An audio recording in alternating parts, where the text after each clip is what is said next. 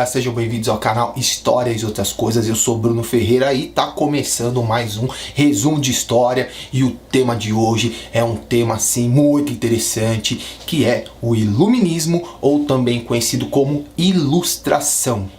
E para começar a falar desse assunto, eu gosto muito de começar falando sobre o título do assunto, né? Iluminismo nos lembra luz, assim como ilustrar nos remete a desenhar, mostrar, clarear novas ideias no nosso inconsciente.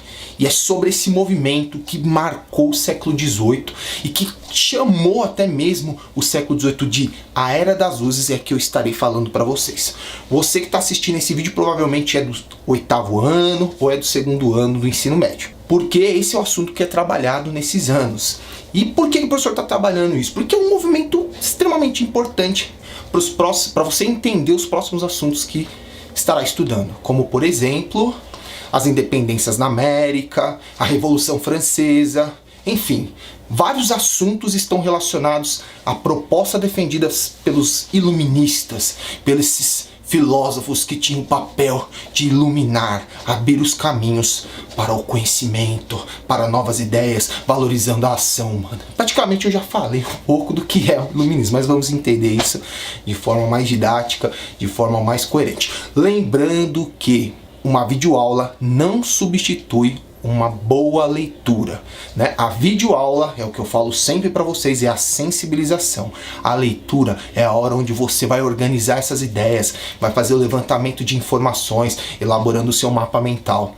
E os exercícios é a hora que você sistematiza todo esse conhecimento. Então é fundamental ler. A minha aula é um recorte desse momento histórico apenas para sensibilizar vocês.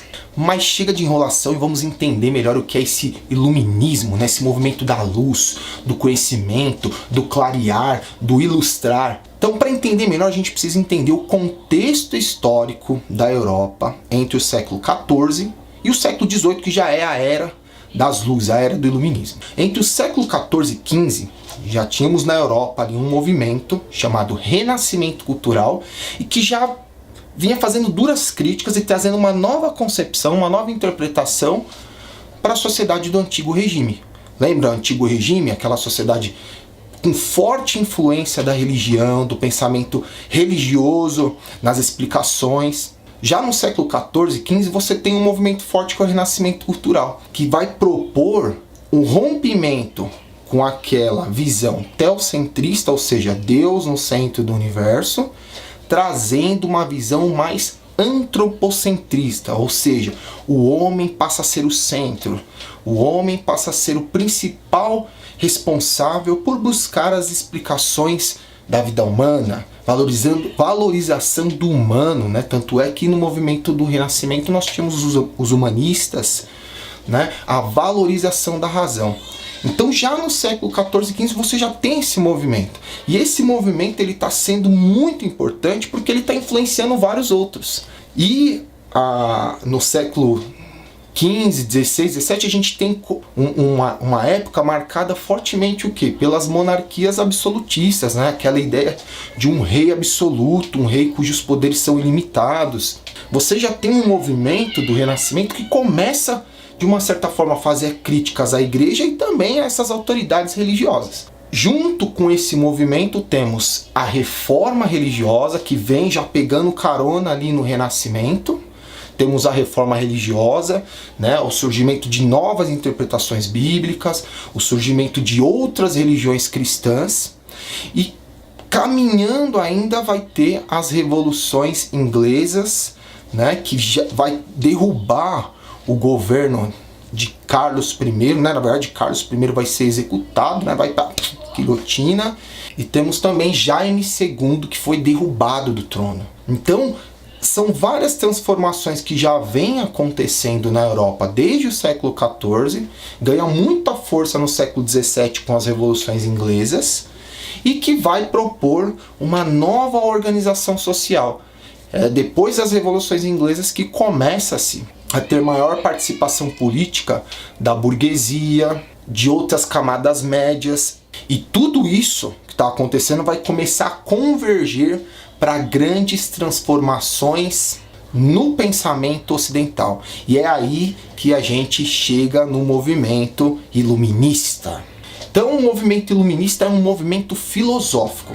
Diversos filósofos espalhados por toda a Europa estão se opondo aos dogmas religiosos, estão se opondo ao fanatismo e estão trazendo novas interpretações, estão trazendo questionamentos amparados na racionalidade.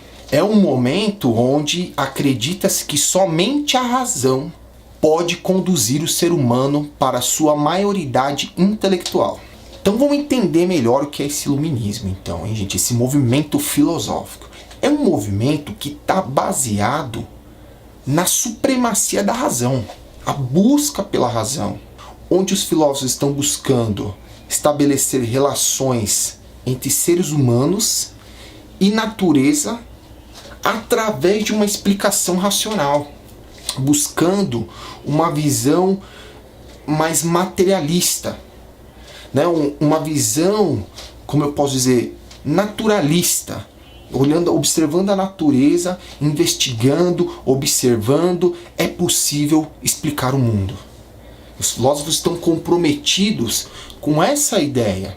E aí, nesse mesmo momento, nesse mesmo período histórico aí, você tem, por exemplo, o surgimento de novos estudos da astronomia e da física, né? Na astronomia com Johannes Kepler e na física com Isaac Newton. E esses dois cientistas acabam reforçando ainda mais essa visão que é possível explicar o mundo através da observação e do estudo das leis da natureza. A explicação racional iluminista alcançou várias áreas do conhecimento, principalmente aquelas áreas do conhecimento que estavam ligadas à criação essencialmente humana, como por exemplo a política. A política, os iluministas, eles consideravam a política como uma criação humana. Porém, na sociedade do antigo regime, a política, o poder dos governantes, dos monarcas, ele era considerado um poder associado a uma autoridade, uma visão divina, né? Então, se os iluministas consideravam a política essencialmente humana, uma criação humana, nada mais justo do que explicar ela através de uma concepção humana. Os iluministas, diante dessa nova forma de enxergar a política, as instituições, a organização social, vão propor novas ideias, novas formas de organização que vão se espalhar por mundo todo. O Brasil tem forte influência na sua organização política, tem forte influência com o pensamento iluminista. E não só o Brasil, como vários países no mundo. Então, olha só a importância do estudo desse assunto. Os iluministas estão propondo o rompimento com a sociedade do antigo regime, né? Quando a gente fala antigo regime, ou seja, uma sociedade que já não se sustentava. Quando a gente fala de antigo regime, a gente está falando de um modelo ultrapassado. Assim como os iluministas, alguns deles, né, vão criticar, ou melhor, a maioria deles vão criticar o poder também das monarquias absolutistas, né, absoluto, ilimitado, e vão propor também o que é a divisão dos poderes. Nascerão vários iluministas espalhados por toda a Europa que irão trazer essas concepções. Ora, alguns defendendo uma visão mais monárquica, mais para tentar sustentar as monarquias, e muitos outros trazendo duras críticas e novas concepções. Esse é um assunto que está muito alinhado à disciplina de filosofia, de sociologia, então é muito importante quem está no ensino médio que você tente estabelecer essas conexões entre as aulas de história e as aulas de filosofia, que aí você vai ter uma interpretação muito bacana. Existe uma expressão que nos ajuda bastante a compreender essa iniciativa dos iluministas dentro desse contexto. E a frase é a seguinte: ousem saber, arrisque-se a saber. Ou seja, diante da forte influência do comportamento medieval, do pensamento medieval, da influência das monarquias absolutistas, do pensamento religioso, se torna fundamental buscar saber, buscar conhecimento E esse conhecimento vai influenciar diretamente no cotidiano das pessoas, dos europeus, durante o século XVII. E aí serão vários filósofos. Eu vou falar um pouquinho de cada um deles, porque senão o vídeo vai ficar muito longo. E é por isso que é fundamental que vocês façam a leitura, tá? Uma das primeiras reflexões de inspiração iluminista se deu no pensamento político e já se iniciou no século XVII, através das obras do inglês John Locke. Locke presenciou diversas transformações na Europa e produziu diversas obras. Uma das obras mais conhecidas dele foi o Segundo Tratado do Governo Civil. Nesse tratado, o autor traz uma fundamentação a respeito da legitimação do poder dos governantes.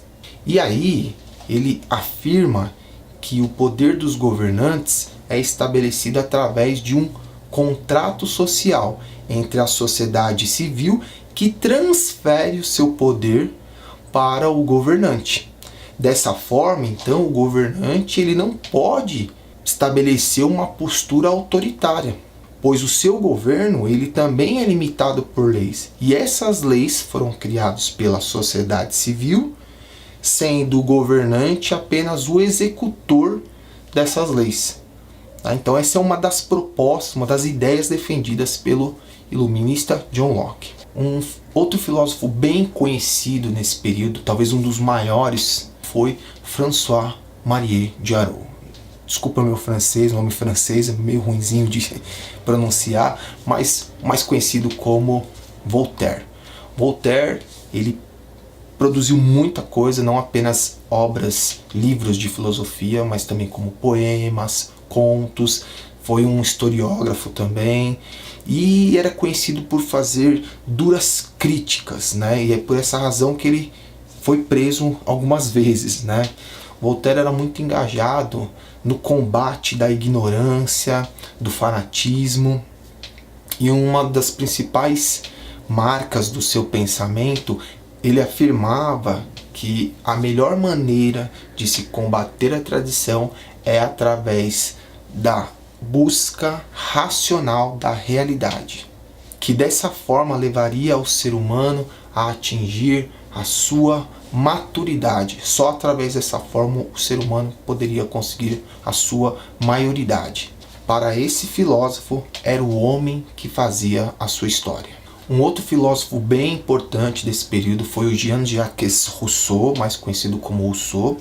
Esse já era de uma origem mais humilde, de uma origem mais pobre, né? Rousseau ele foi um homem que estabeleceu muitos estudos a respeito do conceito de propriedade privada, inclusive considerava isso como uma das principais causas das desigualdades sociais entre os homens. Rousseau foi um dos únicos filósofos que discutiu e elaborou teses a respeito da soberania popular, ou seja, da participação do povo nas decisões políticas, nos governos, e inclusive foi um dos principais defensores do sufrágio universal, ou seja, o direito de votar de todas as pessoas, o direito de votar, de participar da política de todas as pessoas, independente do sexo, classe social e renda. No que se refere às instituições políticas, temos a contribuição do francês Charles Louis de Secondat, mais conhecido como Barão de Montesquieu. De uma origem aristocrática, Montesquieu sempre foi um grande crítico das monarquias absolutistas e da forte influência da Igreja.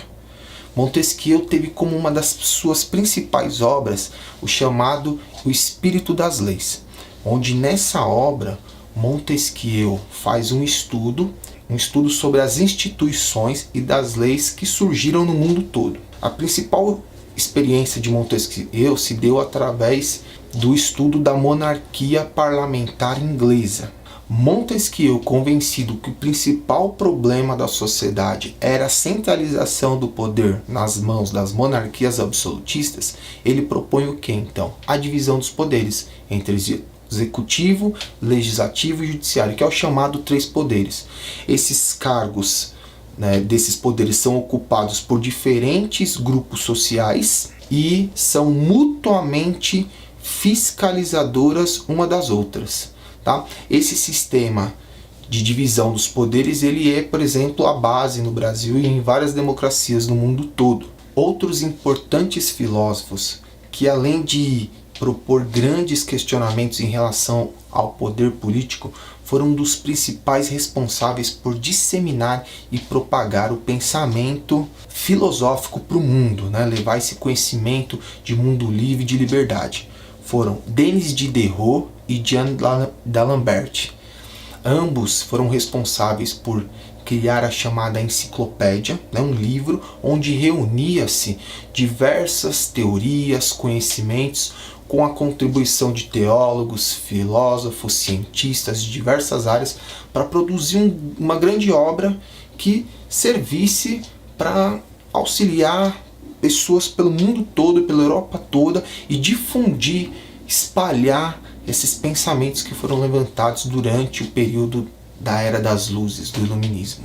Enfim, são muitos pensadores iluministas nessa época, muitos que eram críticos às monarquias absolutistas, outros que já eram favoráveis.